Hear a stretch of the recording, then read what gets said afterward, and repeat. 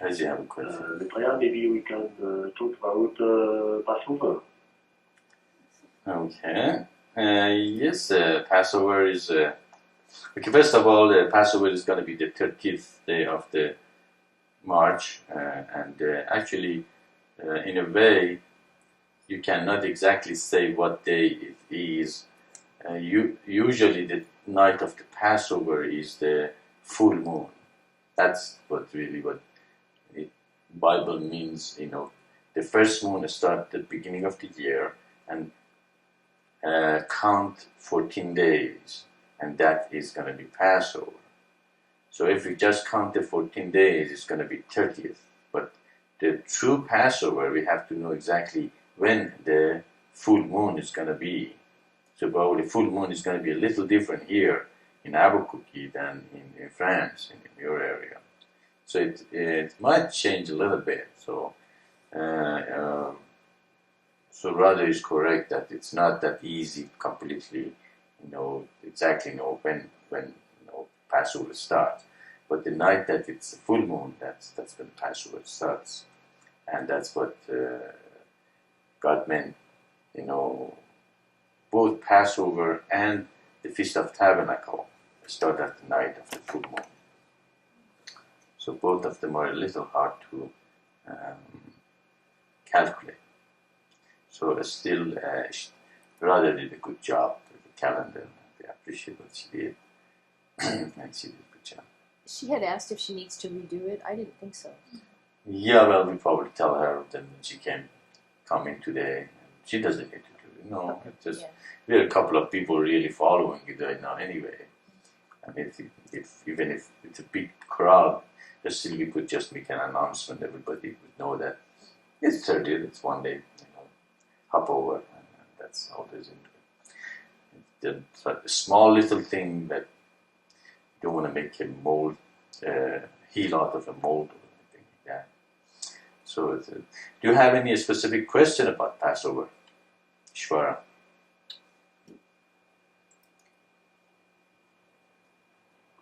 Yes, to show to God we are His children, we can put the good sign outside, isn't it? Yes, yes. God, when the first Passover started, God said, "Put the blood of an unblemished lamb on your outside door." And the unblemished lamb, of course, we know that it was the symbol of Christ, and Christ came and was crucified. And that was the whole base of the Old Testament, of the coming of the Messiah as the Lamb of God, and the unblemished, faultless Messiah who came and they crucified him. And that was the end of the shedding of blood of the Lamb. And even we see after Christ was crucified, suddenly even those rituals, everything went down, and even the Jewish people didn't follow them anymore. After 30-40 years, there was no such a thing anymore. So you can see the coming of Christ really finished with the lamb and killing of lamb and using the blood as the sign of being his children. And the sign of being his children in the time of the Christ was the cross. That the people following cross, but that was the sign that they are the children of God. And the sign in the time of Prophet Muhammad was the moon and the star. That what do you call them? That Crescent moon. Crescent moon and the star in it. Mm-hmm. So those people who believe in Prophet Muhammad and believed in that thing, they will be children of God. And then of course came the 9 star of the Baha'is and on and on. Now, of course, most of those religions, they were in the ultimate. All of them had their own ideas and all separate teachings. And now we came back to the original thing that God wants for humanity to do.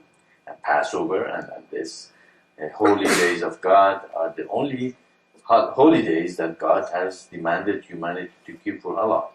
For 1 generation, 2 generations, 1 religion, 2 religions, forever. So you have to keep them forever. Because there is no limit. It didn't finish when Christ came. It didn't finish when Prophet Muhammad came. It didn't finish when Bob came. They didn't finish there forever. They were just a part of a teaching, a part of his plan. Now we are going to original teaching, original command of keeping these holy days, and one of the holy days is the Passover. It's a day, the 14 days after the first of the year. The first 7 days is the first seal. We meditate, we awaken our spiritual forces, we think, we try to spiritually become closer to God. The second week is we try to be close to the community, create community feelings and environment. And the third seal is the time of Christ, right? And exactly it's in third time that we keep the Passover. We pass over the third chakra to the fourth chakra, and we come to the spiritual center of humanity. What's the lower nature? First, second, and third. The first is survival needs, that the solid factor is related to, and actually solid factor come, if we go to the,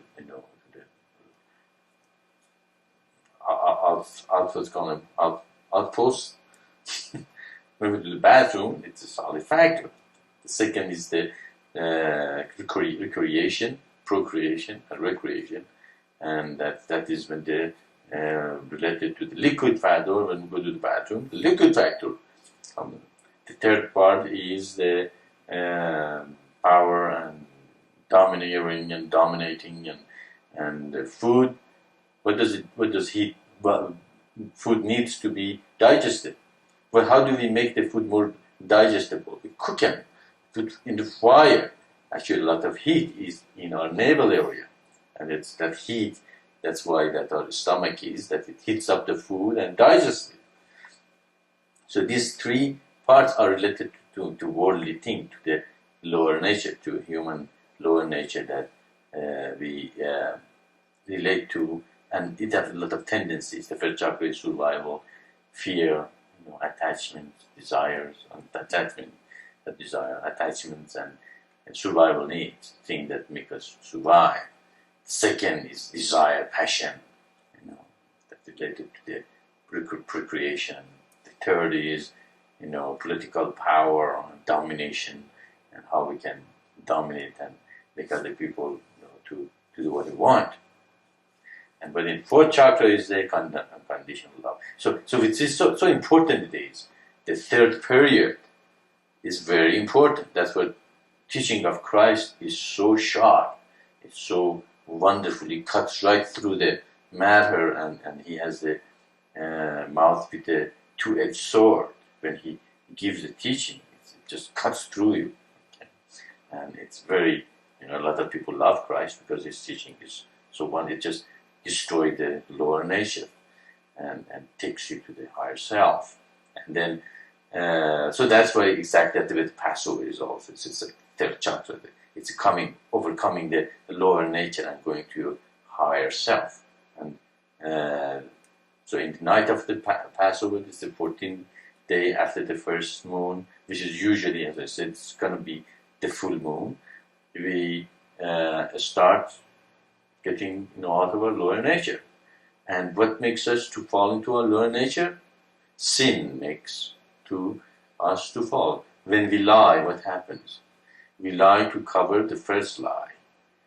And then we lie again to cover the first and the second and the third and the fourth. After lying is not that bad anyway.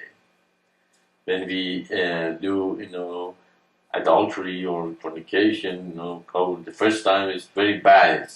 It feels terrible. Especially if you are spiritual, we feel it's not a very good thing to do.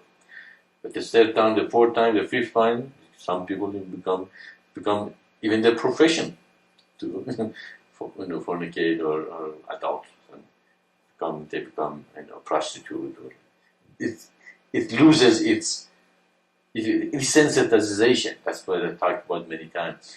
These actions desensitize people. So the society says it's okay. After a while, what? It's okay. It's everybody does it. The kid says everybody lies, everybody swears, everybody does it. So it's okay. I do it too.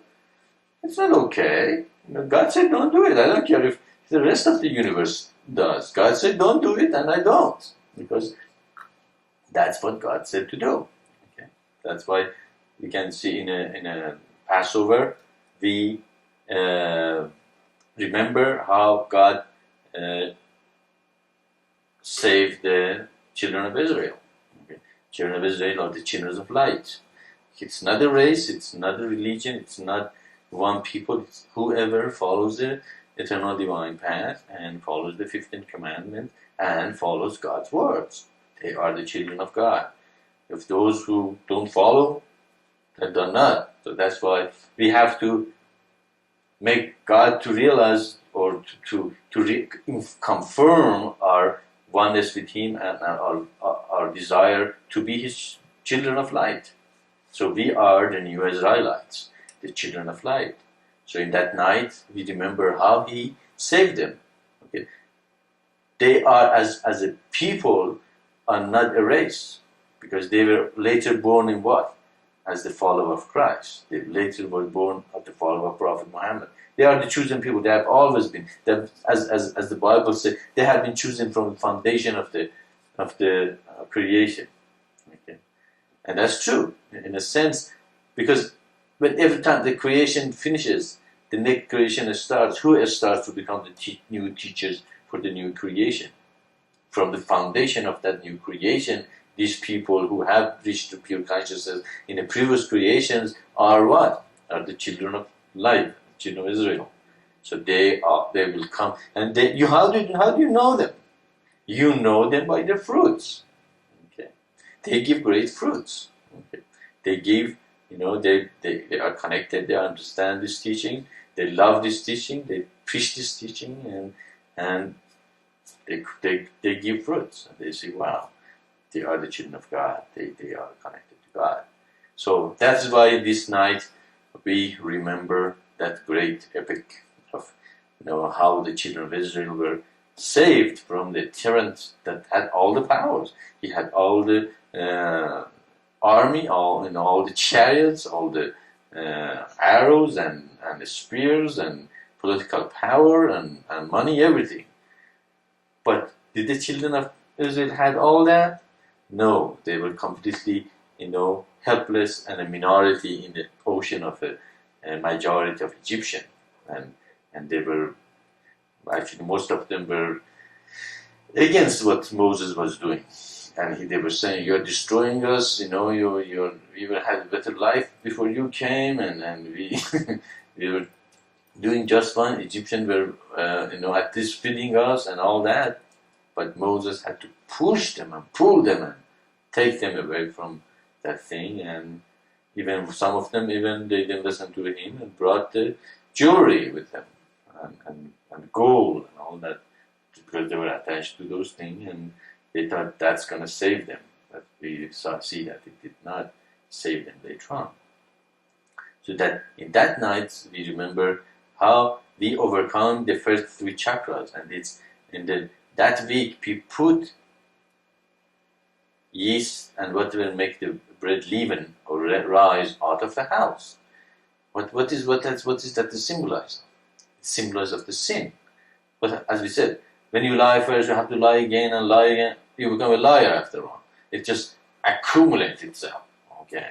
When you do whatever God says, don't do it. If you do it, it just accumulates. After a while, you don't feel God anymore, and you say, "What happened? I used to feel God. It's not there because it's accumulated, and you become disconnected, and you start blaming people or me or the mission or the teaching or God for your problem, but it has nothing to do with us. You got yourself. That's why it's important to know thyself is to know God. I can just point a way, but you have to walk it. You have to know. It doesn't say I will make you know yourself. He say, know thyself. You do it. Okay. It never says, I will do it for you. Does anywhere in that sentence say, I will make you know yourself? Well, maybe I can show you, a couple of things to help you out, but you have to do it. And a person who doesn't know himself or self has a long, long way to go to God. Okay, because you will do things that it seems okay, but it's not okay because you don't know yourself. You do not have overcome your lower nature, and you do things that shows that you don't know yourself. And one of the things is control and being able to to control your desires and lower nature. So in that night we come together, those who are the mission or those who are anywhere they are, they gather together, they have dinner with one another and read the Passover Satsang, and they remember the teaching how the Israelites left the place and were saved, but at the same time how they resisted Moses. Okay. He brought them to the Red Sea, or Red Sea, whatever it was, and the Egyptian come after him.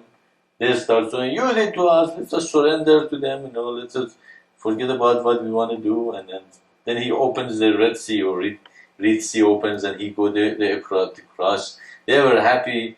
For half an hour later, they start again complaining, where is food, how are we going to drink, how are we going to eat? He just opened the Red Sea for you, and you just saw the miracles. Let's say again, it shows the miracles does not make a believer. You have to have it in your heart. You have to be chosen really to see this thing. But there are the chosen people out there, they'd like to hear these words. We haven't reached them yet. We haven't been able to get the mission in a place that we can present this wonderful teaching to them and see the unification of the humanity and the religions. So we have to do that. That is our job. That is what we have to work on. Forget about the small little thing in the daily life. That it's okay. Take care of them and forget them. Don't let them bring you down and drag you down. But we one pointed toward the mission and work toward that goal. So we can see Passover is a symbol of overcoming the lower nature and going to the higher nature. In that week, we put the sins out, the leavened bread. We don't eat leavened bread because it's raisin, it's like a sin. And then we do it, it accumulates itself. And then we meditate more, we concentrate in the higher self. And in this week, eventually after the week is finished, we are going to be in the fourth chakra. In the higher self, we have overcome that tendency of lower nature. We are truly the children of God. And that night, instead of putting the blood of lamb on doors, we hang the great sign. So the Spirit of God walk around in the street and say, look at that. That door has the great sign. They are my children. He blesses them for the year. And that is a kind of a cleansing also for that week of the community. Community become blessed and graced in that week for the rest of the year. And that's one of the things also we do in the night of the Passover. We thank God for all His blessing and thanks Him and ask Him to bless the community and our house and whoever is in it for that year. So good things come to the community. They might at the end of the year become a better community, stronger community, one community together. And so that is kind of a cleansing week at the same time for the whole community. So it has wonderful things in them. And do you have any specific question? Anybody? Or Ishvara? Would you rather hear too? Just got in? She heard some of it. Okay. Is it open or is there taken time? Am I talking? No. Okay, open the channel. Okay, hello Radha, how are you doing? How was your 2 weeks?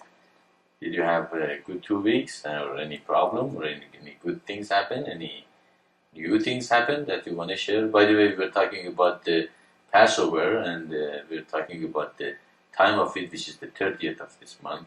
And I was explaining that really it is not the counting of the 14 days after the first day, but it's the first day is the first moon, and the Passover is in the full moon. Usually it's 14 days, but sometimes 13. So it's not very easy to know exactly what time it is. So how are you doing? You go ahead. I'll stop talking. Shalom to all of you. I am well. I had 2 very busy weeks at work, but now it's all right, I think, and I will have a small holiday for the feast of Easter. No, not Easter. Easter. All right. And A small I will holiday take for 6 Easter. days of Holiday. rest, and it will be time, and everything is okay. So you have a time to rest. That's good. Okay, that's good to hear that eventually you get over the hump of 2 weeks of the hard work. So like if you're a good worker, you hard work very hard, and other people have to take the slack of the lazy people that they don't want to put as much effort into things. We have here the same situation with Saraji in her work. She's a very good worker, so she takes to work long hours sometimes. But we let her rest once in a while. Okay, does anybody has any specific question about the Sabbath or any other question?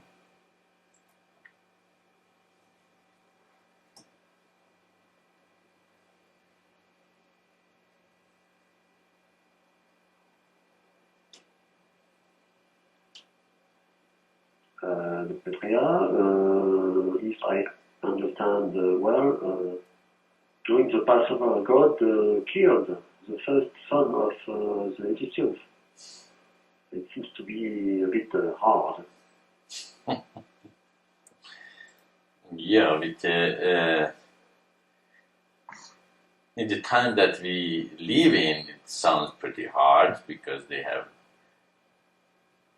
it's kind of we have become too soft sometimes in this thing, and also sometimes we do not understand,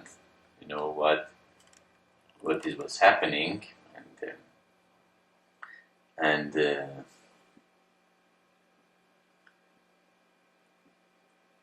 God was trying to show that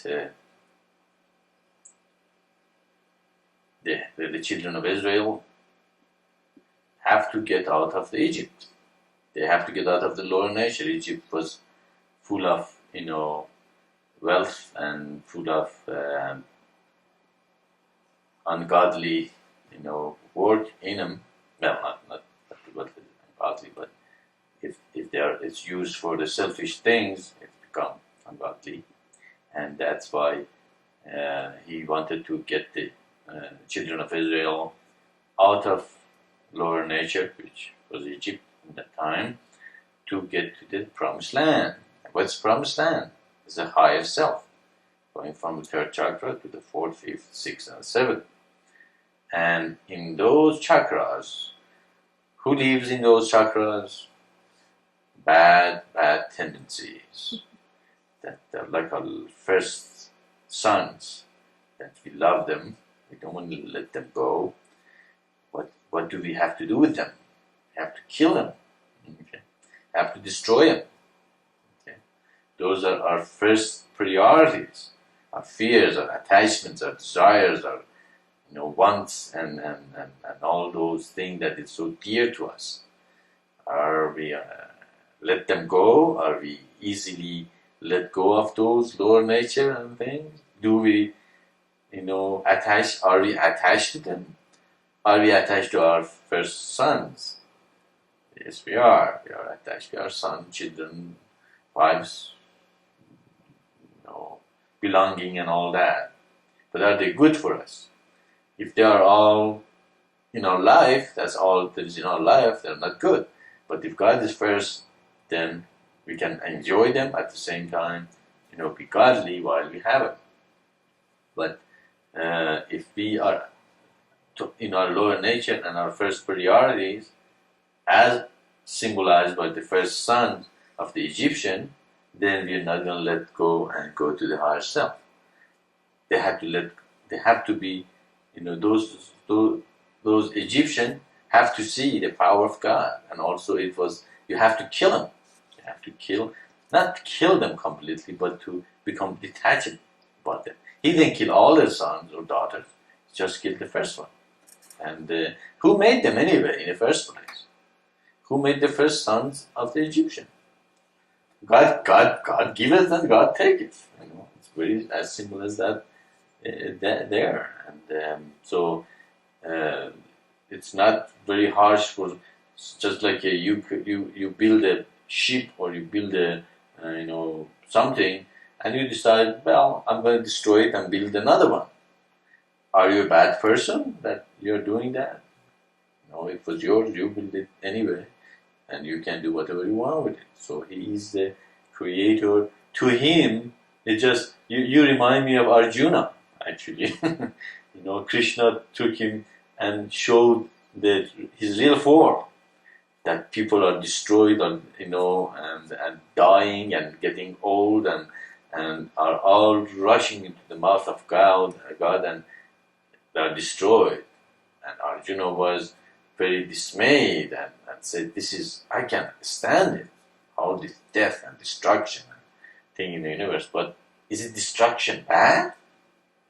No. How can we build a better house over this house if we don't first destroy it? You have to destroy old. You have to destroy bad. You have to destroy unholy, to make it holy. That's what God did. He destroyed the children. What happened? Did they let the children of Israel go after that?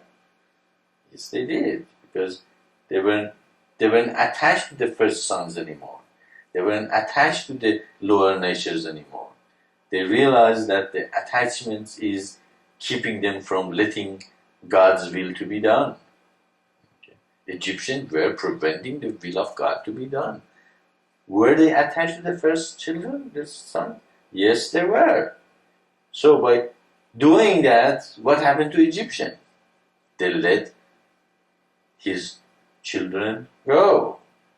And where did the children go? To their higher nature. They went to the promised land.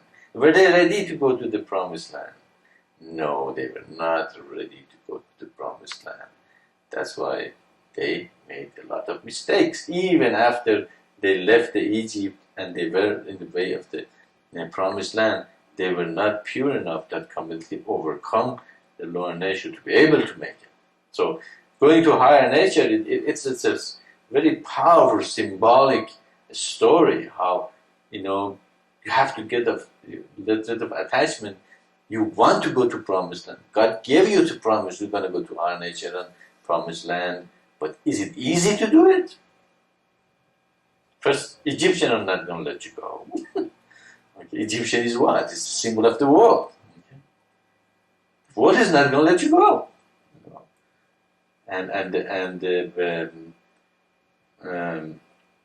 What's the head of the Egypt called? Pharaoh. And the Pharaoh, yeah.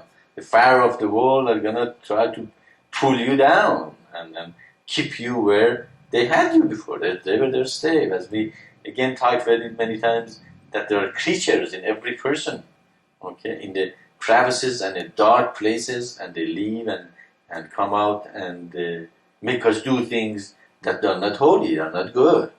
How do we get rid of them? Again, know thyself by meditation. See what you do, what the pattern of your life is, what happens to you. There's a pattern in everybody's life. They do the same mistakes over and over and over and over. And they suddenly says, "No, I'm not happy here in this place. I'll go somewhere else. I will be happy." Are they? Will they? They go somewhere else, they make the same mistakes over and over and over, and they say, the whole humanity, the whole places are no good. I said, look, what you need to do is to put your bundle down and open it and see what junk into it, that you take it with you anytime you move from one place to another place. That is the problem, not the place. Is that knowing thyself? Yeah, it is knowing thyself. To look the bundle that we have created, psychological, emotional, the desires, attachments, and open them up and look at them. Okay. Look at them squarely. You have to be a very brave person. If you take were the Israelis brave? Were Moses brave? Yes, he was. He had to stand up to the face of whom? Pharaoh, the most powerful king on the earth in that time, and tell, let my people go. To have to tell that creatures in you, let me go to higher nature. I don't want to listen to you, to my lower nature and this thing. How do you do it? You look at these bundles, you look at these desires, attachment, keep them in the light. Don't let them go. Don't fall back. That's why, we teach you have to be strong physically, mentally, and spiritually. Physically, you have to exercise, get your body in a good shape, so spirit can come. Then intellectually, you have to meditate, read, understand, educate yourself in all levels, intellectually, emotionally, spiritually. It's a battle. It's a war.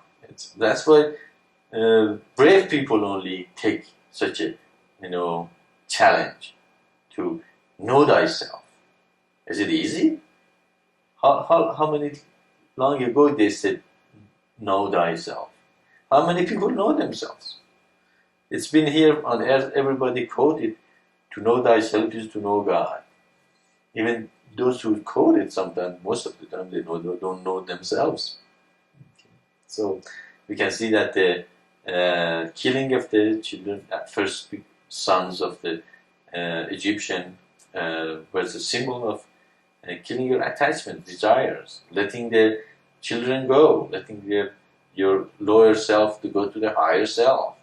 Okay, and also, who was Christ? He was his first begotten son, wasn't it? He was his first son. Did they kill his first son? Yes, they did. You see, we can exactly see. Did they suffer because their sons were killed? Yes, they did. They also killed the first sons of the Jews. The Pharaoh killed all the first sons of the Jews, so they wouldn't. That's right. Good point. Very good point. Kyosha said not only first son of I think they killed all the. Maybe you're right. The first son, because they were expecting the Messiah. That's right. Exactly. Actually, that's a good point. That also they were waiting for the Savior come from the first son of the Jewish woman, and Pharaoh told them to kill all the first born Jewish sons. Later on, even in the time of Christ, they killed anybody who was 2 years or younger. Was that cruel? You see, we can see that is also was cruel also. And we blame God for what He did, but we don't blame those people for what they did. So we can see again, God is not just. It's His. He created them. Okay? When He destroys something, it's nothing something external like us. Something is destroyed out there. No, He's destroying something within Himself. Like a disease. Do we kill the disease? Do we kill the germs in our body? Don't we take antibiotics? When the antibiotics have, sit and start talking about it, they say, this Maitreya is not good. He takes antibiotic and destroys us. But is it good for me? Yes, it's good for God's body, because those antibiotics might come to in the next condition a better people, a better thing in the universe. So we can see that it is much more expanded and more complicated than we see in a one single tunnel vision and blame God for being cruel, and He's not. How do we know who they were anyway, these people, these first sons that He killed? Where they had a lot of karmas in previous lifetimes, that they had to pay for it anyway? You see, the justice of God can be very easily seen when we know there is reincarnation and law of karma. Maybe they needed to be dead anyway and suffer, but He creates the situation in such a way that at the same time some other benefits comes out of it. Okay, so it is symbolic. It's a symbolic of our lower natures, our desires, our first priority of life, which to us seems so important, and we don't want to let them go, and we are attached to them. That's why we're not going to go into the higher nature, to the promised land. So it was important. They have to be killed and go. If they were supposed to be dead anyway because they had high, karmas in the previous lifetimes. So why not put it in such a situation that they suffer for what they did, at the same time get the benefit of putting such a wonderful, symbolic, historic thing for humanity, and now we're talking about it and we understand it much deeper level what God was doing. See, God's mind is so expanded, you have to experience it once. If you experience it, then you see He sees everything at the same time and does everything justly. He's not unjust. That's one thing I'm very, very sure about it. He's not cruel. He's not those things that a lot of people relate Him to it. He's not cruel. He's very just, and justice eventually happened. That's why He created the law of karma or incarnation. Because He's just. He wants the justice to be done. Is he doing this to punish us? Did He create the law of karma and reincarnation so He enjoys to make us suffer for what we did previous lifetime? No. They are there for us to learn our lessons. When we learn our lesson, does He forgive the rest of it? Yes, He does. Okay.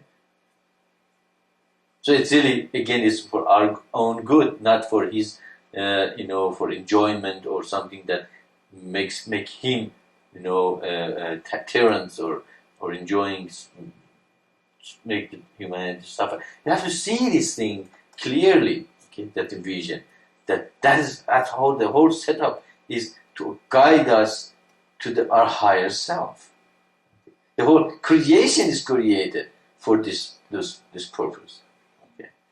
And we have to set our life in such a way that we are going to other, and also see this expanded vision of God, that how He works, not blame Him for our inability to see the whole picture and see, oh wow, He knows what is He doing, and He wasn't cruel at all.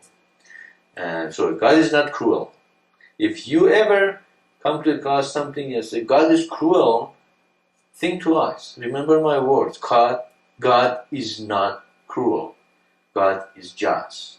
So if something happened that it sounds cruel to us, we have to expand our consciousness. We have to be able to see why it is happening. Okay. Of course, as we said, we have to create the kingdom of heaven on earth. We have to bring the justice on earth. Okay, there are sometimes cruelty is happening.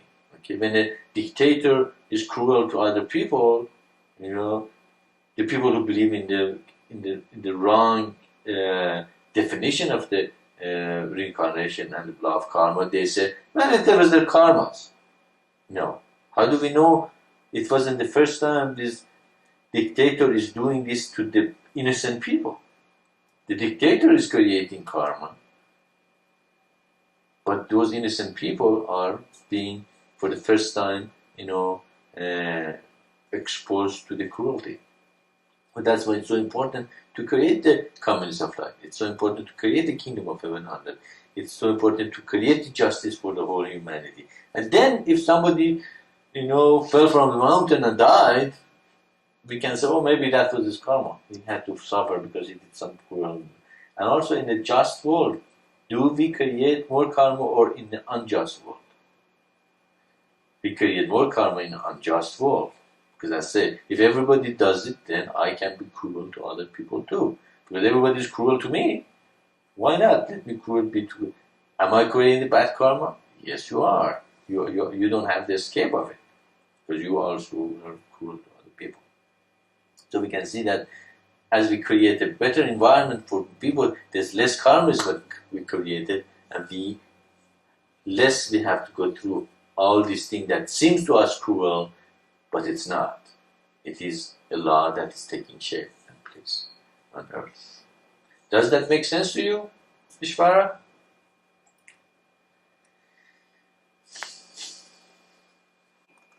Yes, like that. It's one? Does Yes. it?